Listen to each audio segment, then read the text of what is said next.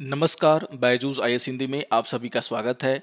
और आज हम 9 दिसंबर के द हिंदू समाचार पत्र में आए कुछ महत्वपूर्ण समाचारों का विश्लेषण करने वाले हैं।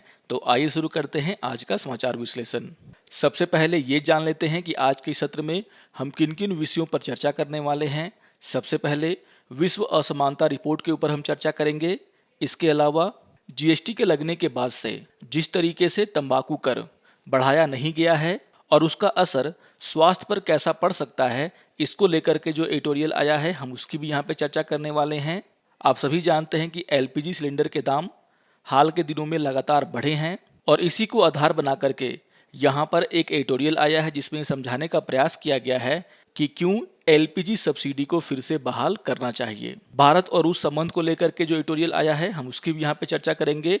और सबसे अंतिम में इन विषयों पर आधारित मुख्य परीक्षा के अभ्यास प्रश्नों पर भी हम चर्चा करने वाले हैं। तो आइए शुरू करते हैं आज के इस सत्र को।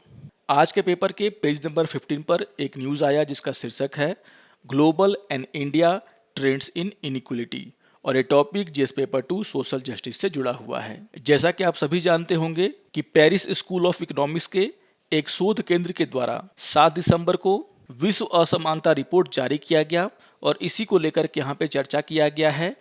इस रिपोर्ट में पूरे विश्व में किस तरीके से अमीर और गरीब के बीच में आय को लेकर के जो खाई है वह गहरी होती जा रही है, इसको लेकर के चर्चा किया गया है। और यहाँ पर भारत का प्रदर्शन इस रिपोर्ट में कैसा है इसको भी यहाँ पर बताने का प्रयास किया गया है। यहाँ पर जो विश्व असमानता रिपोर्ट आया है उसका जो मुख्य निष्कर्ष है वो यह है कि राष्ट्रीय आय के हिस्से के मामले में अमीर और गरीब के बीच में जो खाई है वो बढ़ता ही जा रहा है और कहीं ना कहीं सरकारी नीतियों के परिणाम स्वरूप अमीर और गरीब के बीच में जो अंतर है वह तेजी से बढ़ रहा है। यहाँ पर कहा जा रहा है कि अधिकतर सरकारी नीतियाँ ऐसी होती हैं जो कि अमीरों के पक्ष में होती हैं और इस कारण से ही पूरी दुनिया में गरीबी में इजाफा देखा जा रहा है। यहाँ पर कुछ डेटा दिया गया है जिसको आपको ध्यान में रखना है। आय की असमानता को लेकर के जब भी ऐसे क्वेश्चन आपको मेंस में मिलेंगे तो यहाँ पर ये डेटा आपको बहुत ही काम आने वाले हैं। यहाँ पर सबसे पहले ये समझाने का प्रयास किया गया है कि आखिर इस तरह के रिपोर्ट की आवश्यकता क्यों है। यहाँ पर यह बताया गया है कि विश्व के विभिन्न देशों की सरकारों के द्वारा नियमित रूप से अपने अपने देश के आर्थिक आंकड़े सामने रखे जाते हैं, जैसे जीडीपी में कितनी बढ़ोतरी हुई, जीडीपी का विकास दर कितना है। लेकिन इन सरकारों के द्वारा यह नहीं बताया जाता कि ये जो आर्थिक प्रगति हो रही है उससे गरीबों को कितना फायदा पहुंच रहा है। आखिर वे कौन से वर्ग हैं जिनको इस आर्थिक प्रगति का सबसे ज्यादा लाभ हो रहा है और वे कौन से वर्ग हैं जिनको इसका लाभ नहीं मिल पा रहा है। और इसी को जानने के लिए यहाँ पर इस तरह के रिपोर्ट की आवश्यकता है। यहाँ पर आपको बताया गया है कि WIR यानी कि वर्ल्ड इनइक्वलिटी रिपोर्ट विभिन्न प्रकार के वित्तीय डेटा का अध्ययन करता है ताकि यह पता लगाया जा सके कि किसी देश की आय और धन जनसंख्या में कैसे वितरित हुआ है, यानी कि कितने प्रतिशत लोगों के पास आय और धन का कितना प्रतिशत गया है। और इसको लेकर के यहाँ पर बहुत सारे डेटा दिए गए हैं और समझाने का प्रयास किया गया है कि किस तरीके से जो असमानता है वह पूरी दुनिया में बढ़ा है। रिपोर्ट में पाया गया है कि आज की जो वैश्विक असमानता है वह वैसी ही है जैसा कि 20वीं सदी के शुरुआत में थी, यानी कि आर्थिक प्रगति होने के बाद भी अमीर और गरीब के बीच में जो आर्थिक असमानता है उसमें बहुत ज़्यादा फर्क नहीं पड़ा है। 20वीं सदी के शुरुआत में जो हालत थी वही हालत इतनी आर्थिक प्रगति करने के बाद भी दुनिया में बना हुआ है। यहाँ पर वैश्विक स्तर पर यह बताया गया है कि वैश्विक आबादी के जो सबसे अमीर लोग हैं जिनका प्रतिशत लगभग 10% के बराबर है, उनके पास वैश्विक आय का 52% हिस्सा है। तो यहाँ पर आप देख सकते हैं कि मात्र 10% ऐसे लोग जिन्हें हम सबसे अमीर मानते हैं उनके पास वैश्विक आय का आधे से ज़्यादा हिस्सा है। और जो सबसे गरीब हैं जिनकी आबादी लगभग 50% के बराबर है, उनके पास केवल वैश्विक आय का 8.75% ही है। तो आप यहाँ पर देख सकते हैं कि गरीब जिनकी आबादी सबसे ज़्यादा है उनके पास केवल वैश्विक आय का 8.5% ही है, जबकि जो सबसे अमीर लोग हैं जो कि वैश्विक आबादी का मात्र 10% है, उनके पास वैश्विक आय का आधा से भी ज़्यादा हिस्सा है। यहाँ पर यही बताया गया है कि वैश्विक संपत्ति के मामले में जो असमानताएं हैं वह और भी बदतर हैं। यहाँ पर सबसे गरीब 50% लोगों के पास वैश्विक संपत्ति का मात्र 2% है और सबसे अमीर 10% लोगों के पास कुल वैश्विक संपत्ति का 76% है। तो आप देख सकते हैं कि अमीर और गरीब के बीच में चाहे संपत्ति की बात करें या फिर आय की बात करें, यहाँ पर जो असमानता का स्तर है वो काफ़ी ज़्यादा है। यहाँ पर क्षेत्रीय स्तर पर भी असमानता का डेटा दिया गया है और बताया गया है कि यूरोप सबसे कम असमानता वाला क्षेत्र है, क्योंकि यहाँ पर जो शीर्ष 10% लोग हैं, यानी कि जो अमीर 10% लोग हैं, उनके पास आय का 36% है। और अगर हम सबसे ज़्यादा असमानता वाले क्षेत्रों की बात करें तो यहाँ पर कहा गया है कि मध्य पूर्व और उत्तरी अफ्रीका, जिसे शॉर्ट में यहाँ पर मीना कहा जा रहा है, उस क्षेत्र में असमानता सबसे अधिक है, जहाँ पर सबसे अमीर 10% लोगों के पास आय का जो हिस्सा है वह 58% है। तो इस बात को आप ध्यान में रखेंगे कि सबसे कम असमानता वाला जो क्षेत्र है वह यूरोप का क्षेत्र है और सबसे ज़्यादा असमानता मध्य पूर्व और उत्तरी अफ्रीका में देखने को मिलता है। और इस डेटा को भी आप याद रखेंगे, कहीं पर भी आपको अगर आर्थिक असमानता को लेकर के क्वेश्चन पूछा जाता है तो वहां पर आप इस डेटा का उपयोग कर सकते हैं। इस रिपोर्ट में यह बताया गया है कि राष्ट्रीय संपत्ति में निजी स्वामित्व वाली संपत्ति का हिस्सा भी बढ़ रहा है, जबकि सार्वजनिक धन यानी कि भवन, विश्वविद्यालय, सड़क, अस्पताल आदि का हिस्सा सिकुड़ रहा है। अगर हम इसे दूसरे शब्दों में कहें तो देश अमीर हो रहे हैं लेकिन सरकारें गरीब होती जा रही हैं। सरकार अपने देश की अधिकतर संपत्ति निजी हाथों में सौंप रही है, जिसके कारण जो सार्वजनिक धन है उसका हिस्सा बहुत ही कम होता जा रहा है। यहाँ पर भारत को लेकर के भी चर्चा की गई है और भारत में जो आय की असमानता है उसके बारे में भी यहाँ पर कुछ डेटा दिया गया है, जो कि बहुत ही इंपॉर्टेंट हो जाता है। यहाँ पर कहा गया है कि इस रिपोर्ट में भारत को दुनिया के सबसे असमान देशों में से एक माना गया है, जहाँ पर शीर्ष 1% को, यानी कि वैसे लोग जो हमारे देश में सबसे अमीर माने जाते हैं और उनका जो प्रतिशत है मात्र 1% है, उनके पास राष्ट्रीय आय का लगभग 21.7% पाया जाता है। तो आप देख सकते हैं कि जो सबसे अमीर लोग हैं हमारे देश में, जिनकी संख्या काफ़ी कम है, वो मात्र 1% हैं, उनके पास आय का 21.7% मिलता है, जो कि असमानता के स्तर को यहाँ पर बताता है। अगर हम शीर्ष 10% लोगों की बात करें जो सबसे ज़्यादा अमीर हैं, उनके पास भारतीय राष्ट्रीय आय का लगभग 57% हिस्सा है और जो सबसे गरीब हैं, जो लगभग 50% के बराबर हैं, उनके पास केवल 13% ही राष्ट्रीय आय का हिस्सा है। तो यहाँ पर यह डाटा देकर समझाने का प्रयास किया गया है कि भारत में जो अमीर और गरीब के बीच में आर्थिक असमानता है वह काफ़ी चौड़ा हो चुका है। यहाँ पर कहा गया है कि सबसे अमीर 10% लोगों की जो आय है वह सबसे निचले 50% लोगों से लगभग 20 गुना अधिक है। तो आप समझ सकते हैं कि जो गरीब लोग हैं यहाँ पर, अगर उनसे हम तुलना करें अमीरों की, तो लगभग 20 गुना ज़्यादा है।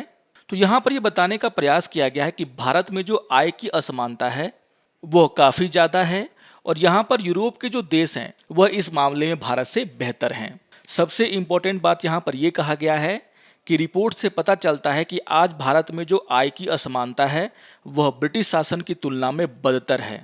यहाँ पर डेटा देकर के इसको समझाने का प्रयास किया गया है और कहा गया है कि जब हमारे देश में अंग्रेजों का शासन था, यानी कि 1858 से लेकर के 1947 के बीच में, उस समय शीर्ष 10% लोगों के पास राष्ट्रीय आय का लगभग 50% था, जबकि अगर हम आज की स्थिति की तुलना करें तो यहाँ पर शीर्ष 10% लोगों के पास हमारे राष्ट्रीय आय का 57% है। यानी कि अमीर और गरीब के बीच में जो असमानता है, खास करके आय की जो असमानता है, वह काफ़ी बढ़ा है। और इस डेटा को देकर के यहाँ पे समझाने का प्रयास किया गया है कि जो स्थिति है आज़ादी के बाद भी वह बदला नहीं है।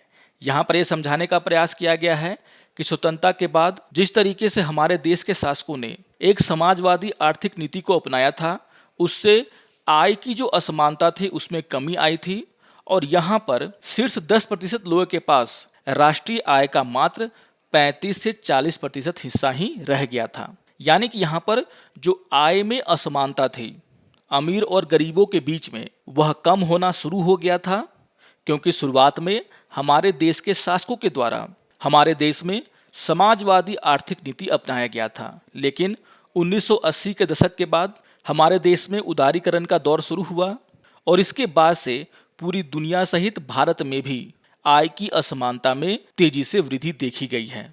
इस न्यूज में भारत में धन असमानता और लिंग असमानता के ऊपर भी डेटा दिया गया है और यहाँ पर कहा गया है कि शीर्ष 1% आबादी के पास भारत की राष्ट्रीय संपत्ति का 33% हिस्सा है। तो आय में तो असमानता थी ही, यहाँ पर अगर हम राष्ट्रीय संपत्ति की बात करें तो मात्र 1% लोग भारत में हमारी राष्ट्रीय संपत्ति का 33% हिस्सा लेकर के बैठे हुए हैं। तो आप समझ सकते हैं कि जो अमीर लोग हैं हमारे देश में उनके पास राष्ट्र की कितनी संपत्ति पड़ी हुई है। उसी तरीके से यहाँ पर लिंग असमानता को लेकर के जो डेटा दिया गया उसमें कहा गया है कि भारत में जो महिला श्रम आय है उसका हिस्सा सिर्फ 18% है, जो दुनिया में सबसे कम है। अगर हम पूरे एशिया की बात करें तो यहाँ पर जो प्रतिशत है वह 21% है और अगर हम मध्य पूर्व की बात करें तो यहाँ पर जो प्रतिशत है वो 15% है।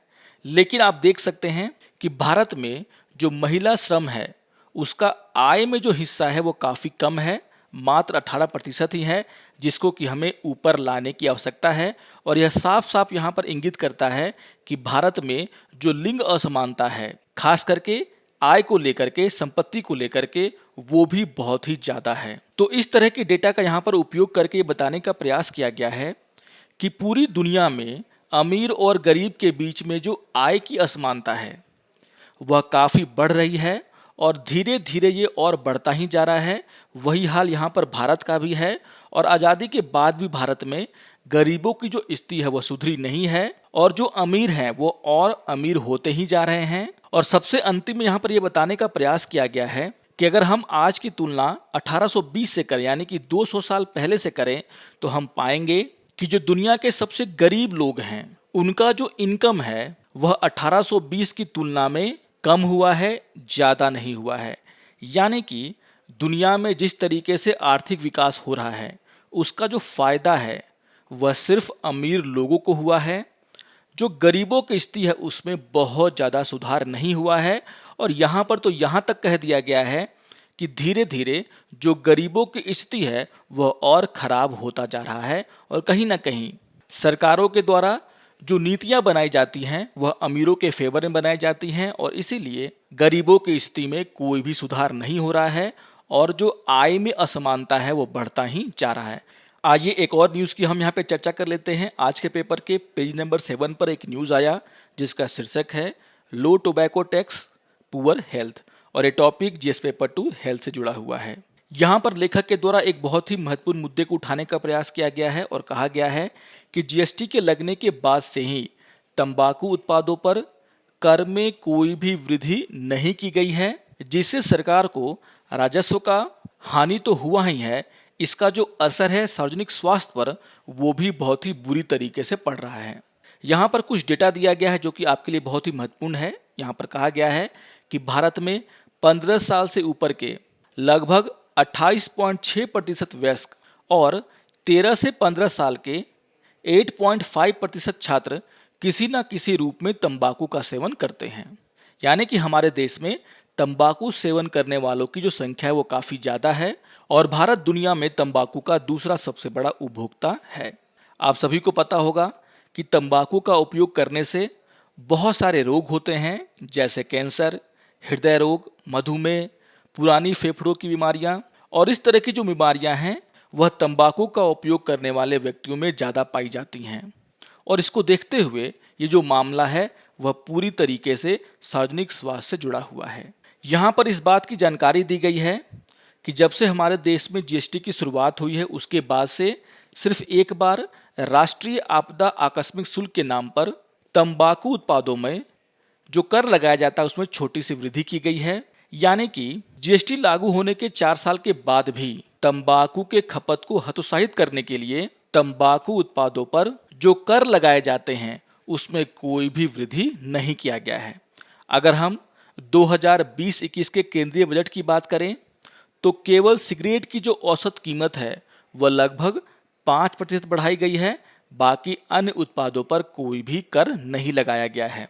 तो यहाँ पर लेखक के द्वारा ये कहा जा रहा है कि अगर सरकार तंबाकू उत्पादों पर कर नहीं बढ़ाती है, उन्हें अगर महंगा नहीं करती है, तो तंबाकू की खपत जो है वो हमारे देश में और भी बढ़ेगा, क्योंकि यहाँ पर ये जो कीमतें हैं तंबाकू उत्पादों की वह बढ़ाई नहीं जा रही हैं। यहाँ पर ये जानकारी दिया गया है कि पिछले 2 वित्तीय वर्षों में तंबाकू उत्पादों से जीएसटी राजस्व में 3% की वास्तविक गिरावट आया है। यहाँ पर तुलना की गई है जीएसटी के लगने के बाद वाले सालों को, उस समय से जब स्टेट्स के द्वारा वैट लगाया जाता था। यहाँ पर कहा जा रहा है कि जीएसटी लागू होने के 5 साल पहले का जो दौर था उसमें अधिकांश राज्य सरकारों के द्वारा तंबाकू उत्पादों पर ज्यादा वैट लगाया गया था, यानी कि ज्यादा कर लगाया गया था, जिससे ये उत्पाद बहुत ही महंगे हो जाते थे और इस कारण से बहुत सारे लोगों के द्वारा इन उत्पादों के उपयोग में कमी कर दी जाती थी।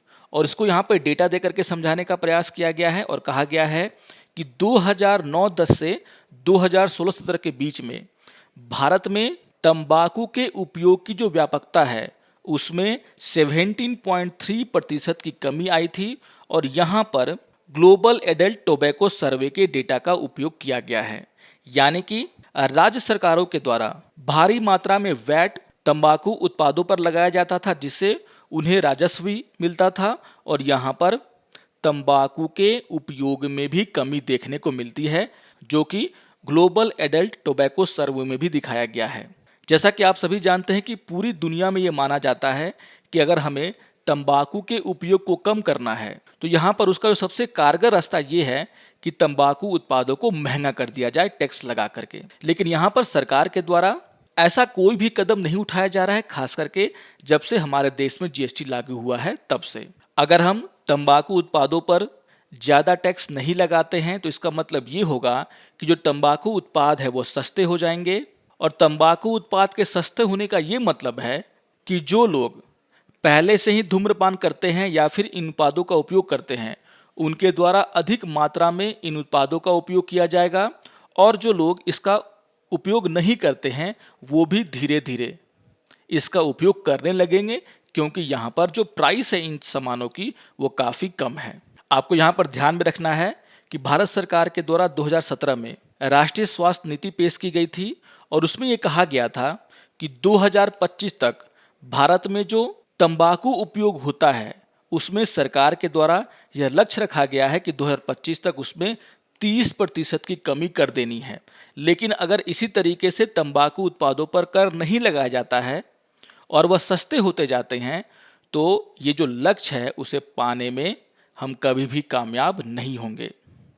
यहाँ पर 2020-21 का डेटा दिया गया और कहा गया है कि बीड़ी, सिगरेट और धुआं रहित तंबाकू पर कर का जो बोझ है वह औसतन 22%, 53% और 64% था, जबकि विश्व स्वास्थ्य संगठन प्रत्येक तंबाकू उत्पाद के लिए कम से कम 75% के समान कर बोझ की सिफारिश करता है।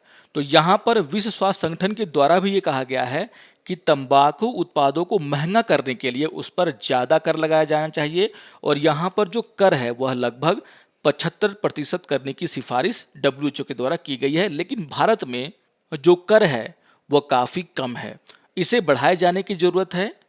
इससे 2 लाभ होंगे सरकार को। पहला लाभ तो ये होगा कि उन्हें आय होगी, उनका जो राजस्व है उसमें बढ़ोतरी होगा, उसका उपयोग वह भारत के स्वास्थ्य सुविधाओं को ठीक करने में कर सकते हैं। दूसरा सबसे बड़ा फायदा ये होगा कि अगर तंबाकू उत्पाद महंगे हो जाते हैं तो लोगों के द्वारा इसके उपयोग को कम कर दिया जाएगा और इससे हम अपने लक्ष्य को पाने के बहुत ही करीब चले जाएंगे। तो बहुत ही इंपॉर्टेंट एडिटोरियल है ये। यहाँ पर समझाने का प्रयास किया गया है किस तरीके से तंबाकू सेवन को कम करने में उन पर लगाए जाने वाले टैक्स का कितना बड़ा हाथ है और जीएसटी के लागू होने के बाद से तंबाकू उत्पादों पर सरकार के द्वारा टैक्स की बढ़ोतरी नहीं की गई है, जो कि सही कदम नहीं है। तो इंपॉर्टेंट एडिटोरियल है, इसको इसी परिप्रेक्ष्य में पढ़ने का प्रयास करेंगे। आज ये एक और न्यूज़ की हम यहाँ पे चर्चा कर लेते हैं। आज के पेपर के पेज नंबर 6 पर एक न्यूज़ आया जिसका शीर्षक है high LPG prices are scorching the air pollution fight और ये टॉपिक जीएस पेपर 3 इन्वायरमेंट से जुड़ा हुआ है। जैसा कि आप सभी जानते हैं कि पिछले दिनों जो सिलेंडर के दाम हैं उसमें काफ़ी बढ़ोतरी की गई है और यहाँ पर इस स्थिति को पोल्यूशन से जोड़ करके समझाने का प्रयास किया गया है कि किस तरीके से अगर हम एलपीजी के दाम को और बढ़ाते हैं तो बहुत सारे लोगों के द्वारा भारत में इसका उपयोग छोड़ा जा सकता है और उनके द्वारा फिर से लकड़ियों का उपयोग किया जाने लगेगा, उपलों का उपयोग किया जाने लगेगा, जिससे कि जो वायु प्रदूषण है उसमें और बढ़ोतरी हो सकता है और हमारा जो लक्ष्य था कि क्लीन एनर्जी लोगों तक पहुंचाना और वायु प्रदूषण को कम करना, वह लक्ष्य भी कहीं ना कहीं पीछे छूट जाएगा। यहाँ पर यह बताया गया है कि एलपीजी कीमतें इस साल नवंबर में 900 रुपये प्रति सिलेंडर हो गई थी, जबकि पिछले साल इसकी कीमत लगभग 600 के बराबर थी। मई 2020 के बाद से ही सब्सिडी नहीं होने के कारण भी कई परिवारों के द्वारा अब खाना पकाने के लिए लकड़ी और उपले का उपयोग शुरू कर दिया गया है, क्योंकि यहाँ पर जो दाम है वो बहुत बढ़ चुके हैं और सरकार के द्वारा सब्सिडी भी नहीं दी जा रही है। तो जो गरीब लोग हैं जिनकी आय में वैसे ही कमी हुई है कोविड-19 के कारण, उनके द्वारा अब एलपीजी गैस का उपयोग कम कर दिया गया है और फिर से ये देखने को मिल रहा है कि बहुत सारे परिवार लकड़ी और उपले का उपयोग कर रहे हैं। खास करके जो रूरल एरिया है, गांव का इलाका है, वहां पर बहुत सारे लोगों के द्वारा फिर से लकड़ी और उपले का उपयोग शुरू कर दिया गया है, क्योंकि एक तो वहां पर जो सप्लाई है सिलेंडर की वो सही नहीं होता और दूसरा कि जिस तरीके से यहाँ पर कीमतें बढ़ी हैं उससे लोगों के खर्चों में काफ़ी वृद्धि हुई है और यहाँ पर पैसे बचाने के लिए लोगों के द्वारा सिलेंडर का उपयोग कम किया जा रहा है। यहाँ पर एक बहुत ही इंपॉर्टेंट रिपोर्ट है जिसको कि आपको ध्यान में रखना है। यहाँ पर कहा गया है कि global burden of disease study 2019 के अनुसार खाना पकाने के लिए ठोस ईंधन का उपयोग भारत में वायु प्रदूषण और समय से पहले होने वाली मौतों में प्रमुख योगदान करता है, जिसके कारण हमारे देश में लगभग हर साल 6 लाख लोगों की मौत हो जाती है। तो आप देख सकते हैं कि ये बहुत बड़ा मुद्दा है भारत में और इस मुद्दे से निपटने के लिए सरकारों के द्वारा बहुत सारे कदम भी उठाए गए हैं। आप सभी को पता होगा कि प्रधानमंत्री उज्ज्वला योजना के तहत सरकार के द्वारा 80 मिलियन से ज़्यादा सब्सिडी वाले एलपीजी कनेक्शन वितरित किए गए थे। इस योजना का उद्देश्य भी यही था कि लोगों के द्वारा जो क्लीन ऊर्जा है उसका उपयोग किया जाए खाना बनाने में, जिससे कि वायु प्रदूषण में भी कमी हो और इसके कारण जो मौतें होती हैं उसमें भी कमी आए। लेकिन यहाँ पर जिस तरीके से पिछले दिनों एलपीजी गैस सिलेंडर के दाम बढ़े हैं, उससे ये जो लक्ष्य है वो कहीं ना कहीं पीछे हुआ है। यहाँ पर एक और बहुत ही इंपॉर्टेंट डेटा है जिसको आपको ध्यान में रखना है। यहाँ पर कहा गया है कि ऊर्जा, पर्यावरण और जल परिषद यानी कि council on energy, environment and water और initiative for sustainable energy policy के द्वारा आयोजित भारत आवासीय ऊर्जा सर्वेक्षण यानी कि इंडिया रेसिडेंशियल एनर्जी सर्वे 2020 के अनुसार एलपीजी ने अब बायोमास को भारत में सबसे आम खाना पकाने वाले ईंधन के रूप में बदल दिया है। यानी कि हमारे देश में जो एलपीजी का उपयोग है खाना पकाने में, उसमें बढ़ोतरी हुआ है और एलपीजी का उपयोग जो है वह खाना बनाने में सबसे ज़्यादा किया जाता है।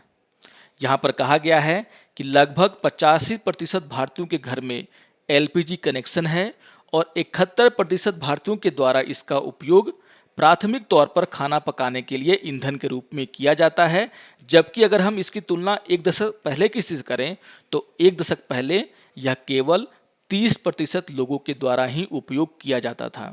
तो यहाँ पर जो स्थिति है वो काफ़ी पिछले दिनों सुधरी है, लेकिन जिस तरीके से कीमतें ऊंची हुई हैं उसके कारण जो प्रतिशत है जिनके द्वारा खाना पकाने में एलपीजी का उपयोग किया जा सकता है उसमें कमी आ सकता है। यहाँ पर यह कहा गया है कि जो 30% लोग एलपीजी का उपयोग नहीं करते, उसका सबसे जो प्रमुख कारण है वो ये है कि एलपीजी की कीमतें बहुत ही ज़्यादा होती हैं और दूसरा कि एलपीजी सिलेंडर का जो सप्लाई है वो भी गाँव में सही तरीके से नहीं होता। और अगर इसी तरीके से एलपीजी सिलेंडर के दाम बढ़ते रहें तो यहाँ पर आप देखोगे कि जिन लोगों के द्वारा इसका उपयोग किया जा रहा है उसमें से भी कुछ लोगों के द्वारा इसका उपयोग, जैसा कि यहाँ पर कहा गया है कि 30% भारतीय मुख्य रूप से एलपीजी की उच्च कीमतों के कारण अपने प्राथमिक खाना पकाने के ईंधन के रूप में बायोमास पर निर्भर हैं। उसी तरीके से 24% भारतीय ऐसे हैं जो बायोमास के साथ एलपीजी का उपयोग करते हैं, मतलब वह सिलेंडर का भी उपयोग करते हैं और उसके साथ साथ लकड़ी या फिर उपले का भी उपयोग करते हैं। और अगर सरकार के द्वारा कीमतें इसी तरीके से बढ़ाई गई और सब्सिडी को भी बंद कर दिया गया तो बहुत सारे लोगों के द्वारा जो है इसका उपयोग छोड़ दिया जाएगा। अगर हम बायोमास के उपयोग के बारे में चर्चा करें तो यहाँ पर कहा गया है कि बायोमास का उपयोग मुख्य रूप से ग्रामीण क्षेत्रों में केंद्रित है, विशेष रूप से बिहार, झारखंड, छत्तीसगढ़, मध्य प्रदेश, उड़ीसा और पश्चिम बंगाल जैसे राज्यों में ग्रामीण इलाके में बायोमास का उपयोग बहुत ही ज़्यादा किया जाता है। यहाँ पर इस बात की भी चर्चा की गई है कि आखिर वो कौन से कदम है जिसको उठा करके भारत सरकार यह सुनिश्चित कर सकती है कि सिलेंडर का जो उपयोग है वो भारत में कम ना हो। और यहाँ पर 3 प्रमुख कदमों की चर्चा की गई है। पहला कदम है कि कम आय वाले परिवारों के लिए एलपीजी रिफिल पर सब्सिडी बहाल करें। जैसा कि यहाँ पर जानकारी दिया गया है कि मई 2020 से ही सरकार के द्वारा एलपीजी सिलेंडर पर जो सब्सिडी दी जा रही थी उसे बंद कर दिया गया है।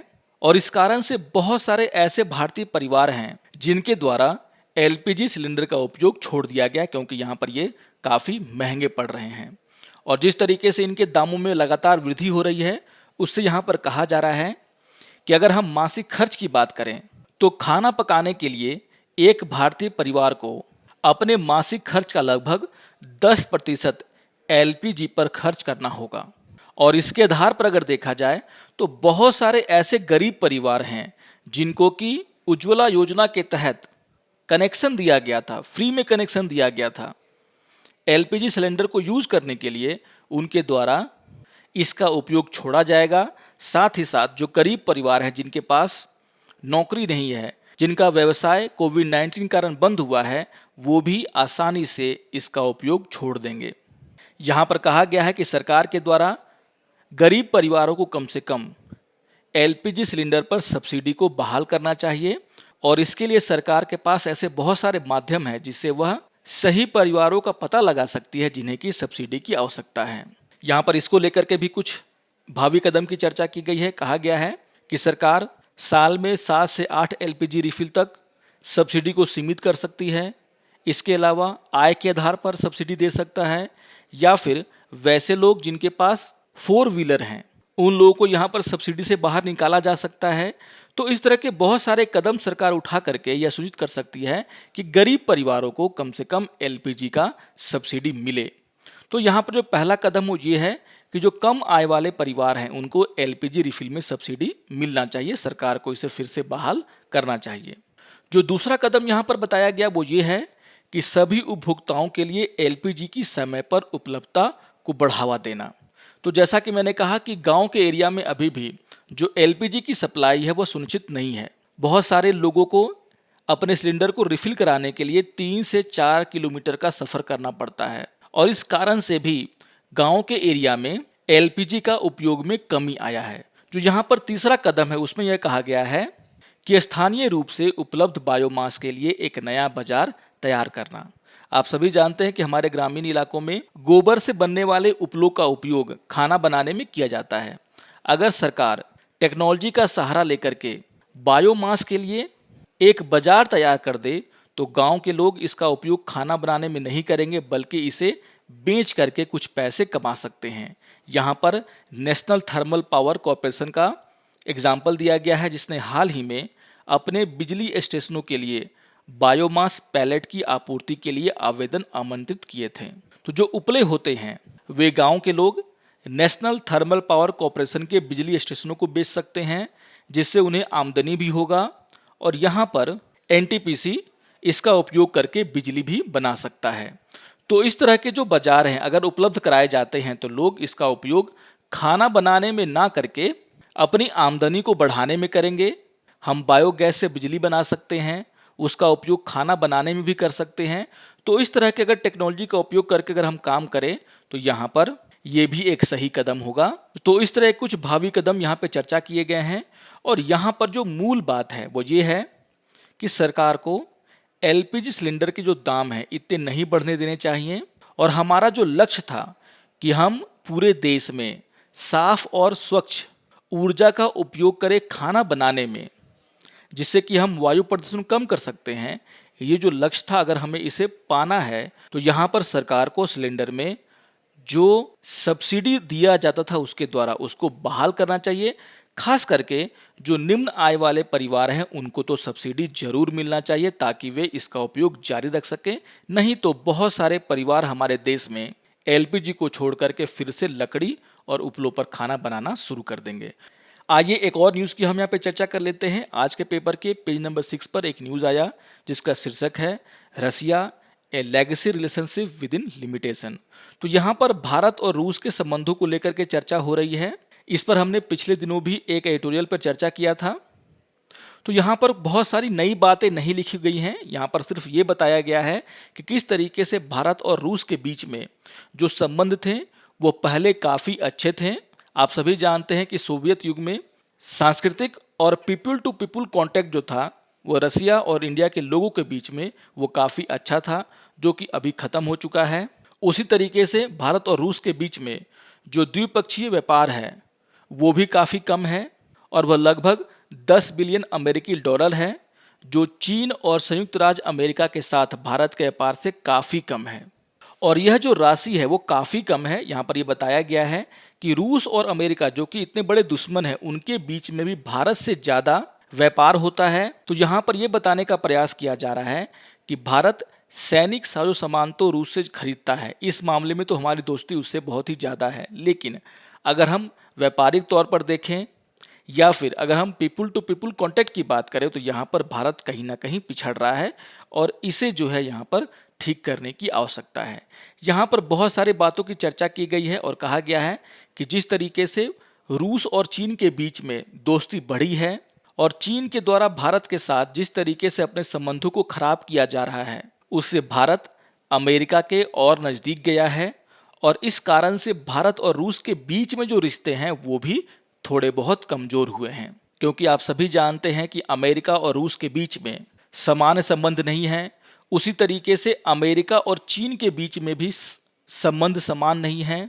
लेकिन अगर हम इंडिया और रसिया की बात करें तो इन दोनों के बीच में संबंध समान थे, लेकिन चूंकि इंडिया अमेरिका के पास गया है, क्योंकि चीन के मामले में रूस भारत की बहुत ज़्यादा सहायता नहीं कर पा रहा था और इस वजह से भारत और रूस के बीच में जो संबंध हैं वह कुछ दिनों से ठीक नहीं चल रहे हैं, क्योंकि रूस नहीं चाहता कि भारत अमेरिका के साथ अपने रिश्तों को बढ़ाए।